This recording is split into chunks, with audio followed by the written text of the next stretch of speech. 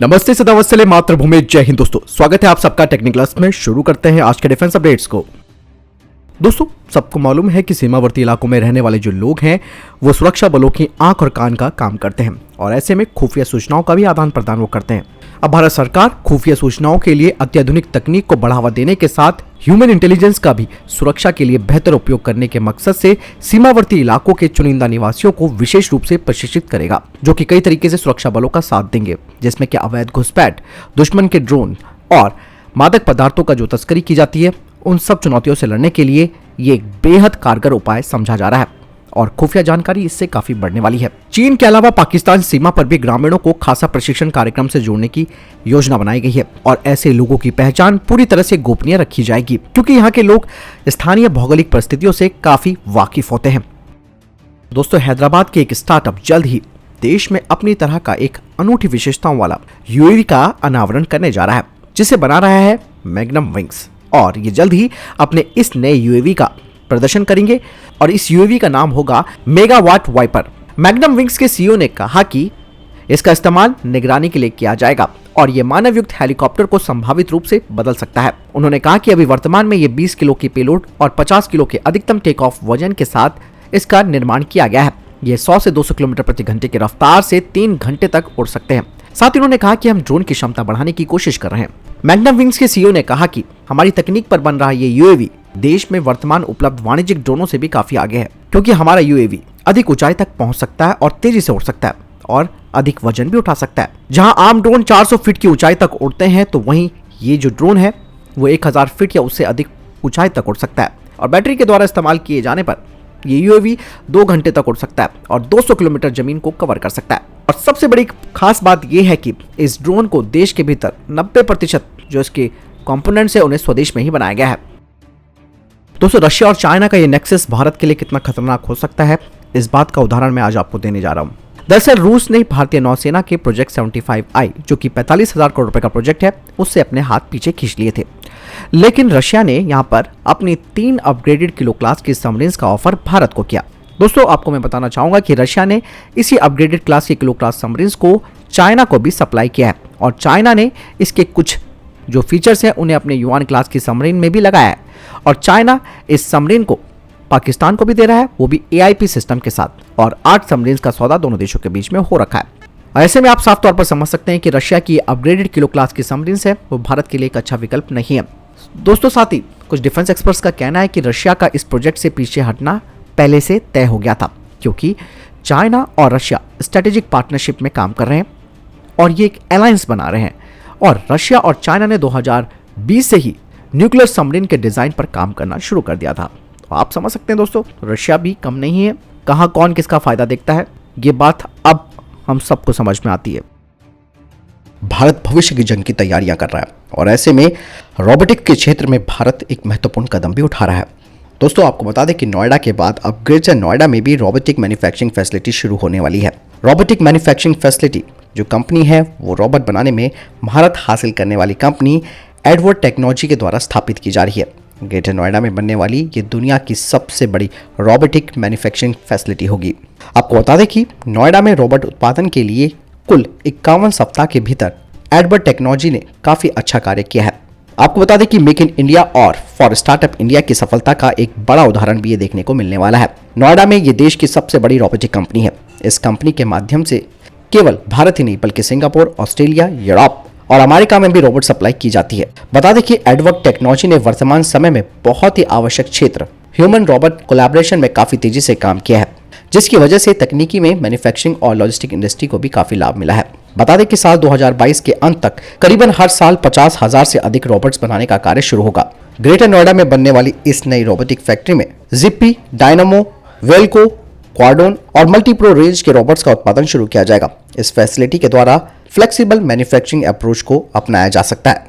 बता दें कि करीबन 1 साल पहले नोएडा में भारत की सबसे बड़ी ऑटोमेशन एवं रोबोटिक्स कंपनियों में से एक एडवर्ड टेक्नोलॉजी ने pioneer human robot collaboration to touch human lifes की विजन के साथ वोट वैली नाम से अपनी विश्व स्तरीय निर्माण इकाई शुरू की थी। इस कंपनी ने 75,000 करोड़ रुपए का निवेश किया था। इस संयंत्र की स्थापना के साथ एडवर्ड ने भारत में रोबोटिक्स इंडस्ट्री के लिए एक सेल्फ सस्टेनिंग इकोसिस्टम तैयार करने की योजना बनाई थी, जो काफी अच्छी तरीके से कार्य कर रही है। यानी कि रोबोट्स जो कि भविष्य की जरूरत भी है, उस पर अब भारत तेजी से काम कर रहा है। यानी कि दोस्तों, नोएडा में शुरू हुई देश की सबसे बड़ी रोबोटिक कंपनी, और ये कंपनी दुनिया की सबसे बड़ी रोबोटिक मैन्युफैक्चरिंग फैसिलिटी भी होगी। आपको क्या लगता है दोस्तों? कमेंट सेक्शन में लिखकर जरूर बताएं। अब ये बात क्लियर हो चुकी है कि भारत और फ्रांस दोनों 125 किलो न्यूटन थ्रस्ट क्लास का इंजन विकसित करेंगे, और ऐसा कहा जा रहा है कि इस तरीके से भारत को एक फायदा भी मिलने वाला है, क्योंकि जिस तरीके से भारतीय वेदर कंडीशन है, जो कि शुष्क और आर्द्र परिस्थितियां होती हैं, और इस तरीके की परिस्थितियों में जो प्रत्येक टर्बोफैन इंजन है जो इनका सामना करता है, उनकी जो थ्रस्ट रेंज है उसमें 10 से 15% की गिरावट आ जाती है। और ऐसे में 125 किलो न्यूटन थ्रस्ट क्लास का इंजन डेवलप करने से इस भरपाई को पूरा किया जा सकता है।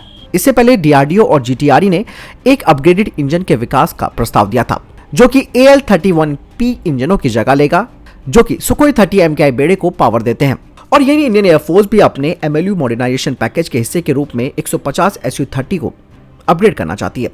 लेकिन यहाँ पर रशिया का रवैया थोड़ा सा चौंकाने वाला देखने को मिला था। दरअसल रूसियों ने भारत के इस कदम का विरोध किया था, और इसकी बजाय उन्होंने अपने AL-41F1S को, जो कि 142 किलो न्यूटन थ्रस्ट उत्पन्न करता है, उसे सुपर सुखोई अपग्रेड पैकेज के हिस्से के रूप में पेश किया, और जिसके लिए ऑब्वियस सी बात है एक मोटा पैसा वो हमसे चार्ज कर रहा है।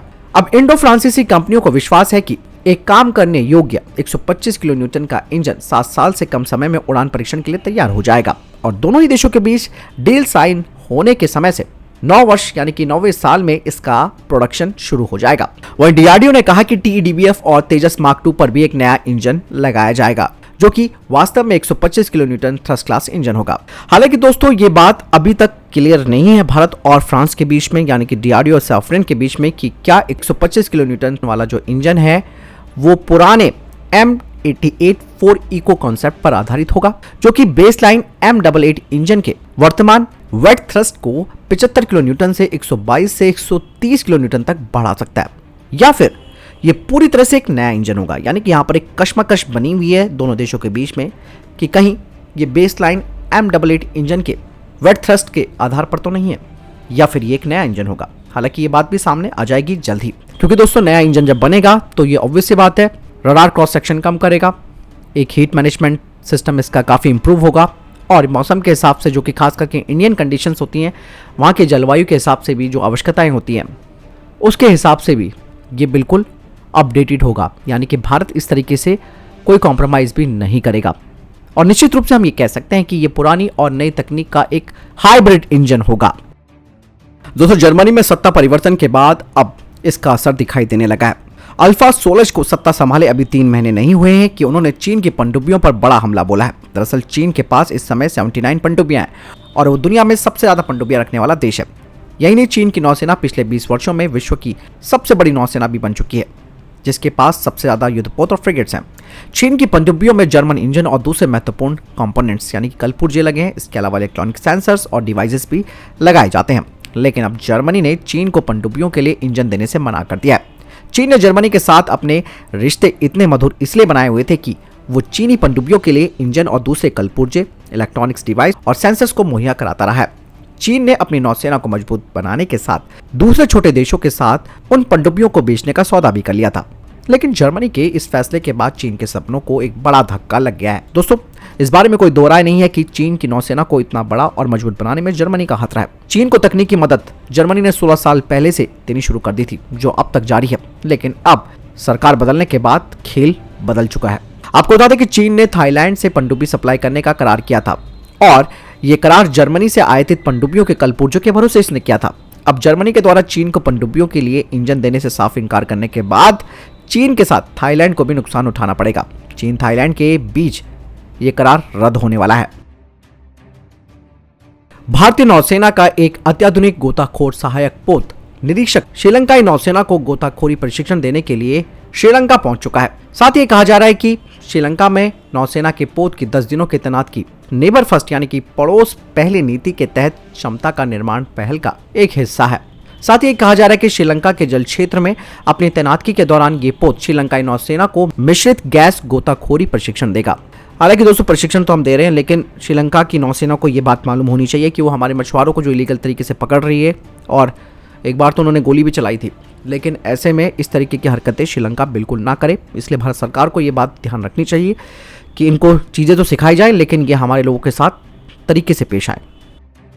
यूक्रेन में युद्ध के बीच फंसे 21 वर्षीय भारतीय छात्र की गोलाबारी में मौत हो गई है। रूस के द्वारा किए गए हमले में मारे गए छात्र का नाम नवीन शेरप्पा है, जो कि कर्नाटक का रहने वाला था। रूस और यूक्रेन के बीच छिड़े इस युद्ध में भारतीय छात्र की मौत पर प्रधानमंत्री ने भी काफी दुख व्यक्त किया है। और अभी हाल ही में 1-2 दिन पहले नवीन ने अपने पिता से वीडियो कॉल भी की थी। तो दोस्तों, ये थे अभी तक के टॉप डिफेंस और स्पेस अपडेट। वीडियो के संबंध में कोई प्रश्न जवाब है, आपका कोई सवाल है, कमेंट सेक्शन में लिखकर जरूर पूछ सकते हैं। मिलता हूं नई वीडियो के साथ। चैनल सब्सक्राइब करना ना भूलिएगा और वीडियो को शेयर जरूर कीजिएगा। जय हिंद, वंदे मातरम।